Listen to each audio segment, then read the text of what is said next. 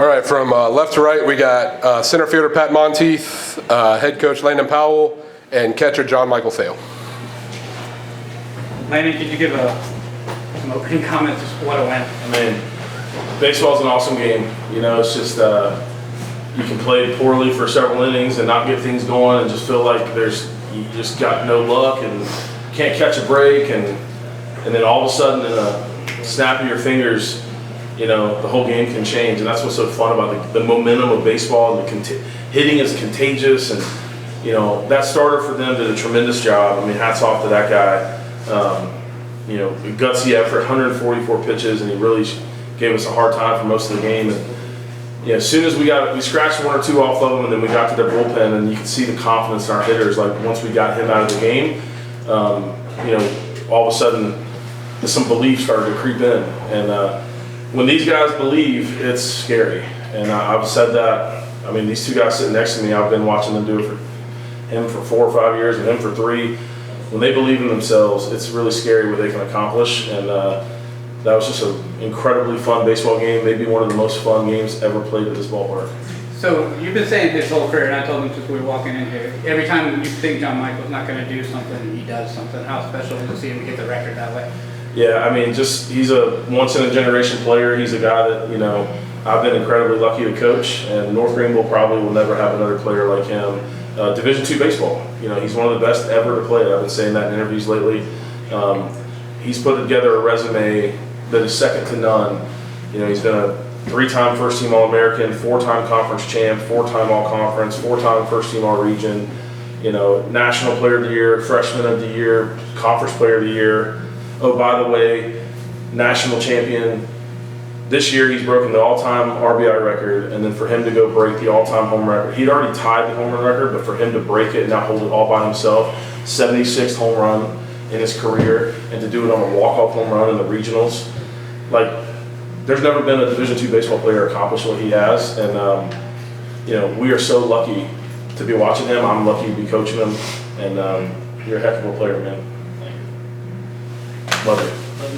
What do you think it speaks to the team? I mean, obviously it was a rough start there, but to just kind of rebound and come back like that, what do you think it speaks to the team's just dedication and hard work?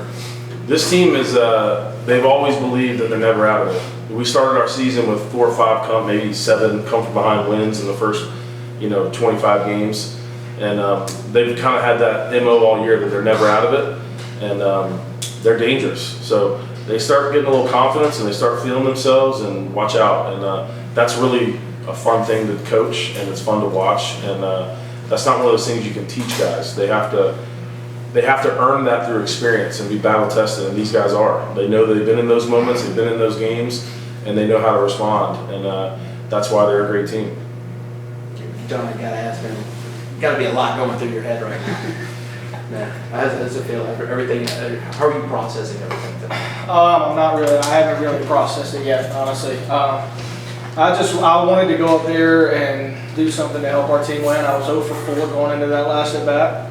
Hadn't really had great at bats all game, but I knew that all my teammates believed in me. I had, you know, people come up to me before my at bat, and you know, it was just, it's that comfort of your team believing in you, no matter if you're 0 for 4, 4 for 4 throughout the game. And that's kind of how this team is. And kind of to echo what Landon said, we have that never out of it mentality, and we've had that all year. And I don't think I saw, and Pat can probably attest to this as well, but you know, I never felt like we were out of that game, and you could tell in our dugout that our energy was up the entire game, and that we never felt like we were out of it. And you know, to have that moment at home in the opening game of the regional, you know, it's a storybook. It's something that I'll never forget. I'll remember forever. Pat, you know, come stay on what he was saying. You know, it didn't go the way you wanted at the conference tournament. It wasn't going the way you wanted coming in here for most of that game. But as both of them have said, things changed. Does this give you the shot in the arm that you guys need? Absolutely. You know, games like that fire the guys up. We've really, offensively, pitching, everything struggled here as of late. And even in that game, it was a little shaky early. And so big moments like that get the guys going for a while. Let me talk about Pat Monteith real quick. You know, you know, he's an on-base machine, and that's why he hits up there in the top of the order in front of this guy, and he just sets the table for our team constantly. Led the conference in walks and runs this year and home runs. He's a dynamic player. But a guy like him with as much talent and power, and you know, he's got all the tools he could have. That base hit right there, the little jam job to second base, you see what makes him so great. It's not necessarily the power or the speed or all the things, it's the heart.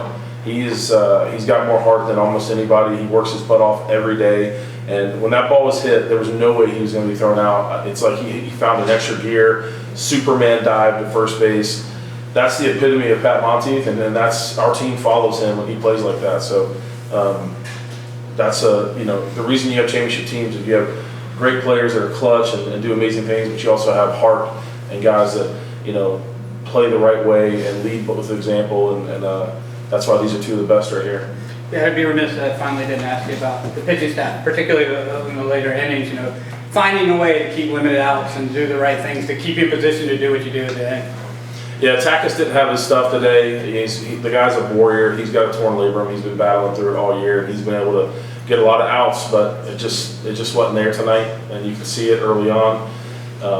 You know, they scored 4 runs in the first, 4 outs, and that almost lost us the game. And we were, luckily we were able to come back there late. But the bullpen did a tremendous job. Caleb Cox, young freshman, he's had an up and down year, but he's had some really key outings. And for him to come in there and give us, 4 innings of shutout baseball as a true freshman, remarkable. And then Matthew Chauncey, Chewy as we call him, he's been consistent all year, and those were 2 big innings he gave us there in the middle. And when you put up zeros like that, you give the hitters an opportunity to do something and to scratch back in the game and get them some confidence. And it took us a while, but luckily, because we kept it close, we were able to win it late. Now, what about during that review, and Pat had that hustle play to beat out that base hit, great hustle. And then during that lengthy review, what was the conversation that you had with John Mike during that? Well, I didn't really. So I called Pat in to talk to him about base running. We anticipate this guy that they brought in was throwing a big 12-6 curveball. Anticipate a dirt ball and be able to advance on anything the catcher blocks, right. Or maybe keep an eye on me and maybe I'm stealing, because right there he's the tying run. We're trying to get him in scoring position. John Mike's not the fastest guy in the world, so we want to stay out of the double play. But I didn't say a word to him because he knows how to hit. He's got a great approach. I leave him alone in those moments, and I've seen him do it enough that I know that he's going to go up there and man, when you put him in a clutch situation, game on the line, that baseball looks the size of a volleyball, I think, to him. And I watched him do it for 5 years, and so I didn't really feel like I had to say anything to him. I was more talking to Pat about base running. Finally, rivalry game tomorrow can be fun. Yeah, I mean, what more could you ask for? Two programs that have been going at it for the last 7 or 8 years. We've had a lot of battles. It seems like it's either us or them winning the conference almost every year. They seem to have our number at their place, and we seem to have their number at our place. And we faced off in the regionals as well as the regular season. So, yeah, I mean, this is something when they beat us 2 out of 3 in the regular season at their place. We've talked about this the rest of the year. Like, we want them in the postseason and an opportunity to get even and make amends for dropping a couple games at their place in the regular season. So. My guys will be ready, and I'm excited. I know they will be too. They're a great program. Their coach does a good job. It's going to be a battle, and we know that's what the Southeast region is in baseball. I felt like some of the best teams we played all last year were in our regional, when Orion and Pembroke. I mean, those were some of the toughest games we played, even including the World Series. So why would this year be any different? Mount Olive's a World Series caliber team, but we think we are too, and we're going to have to go prove it. Congratulations, guys. See you tomorrow. Thank you. So Congrats, guys.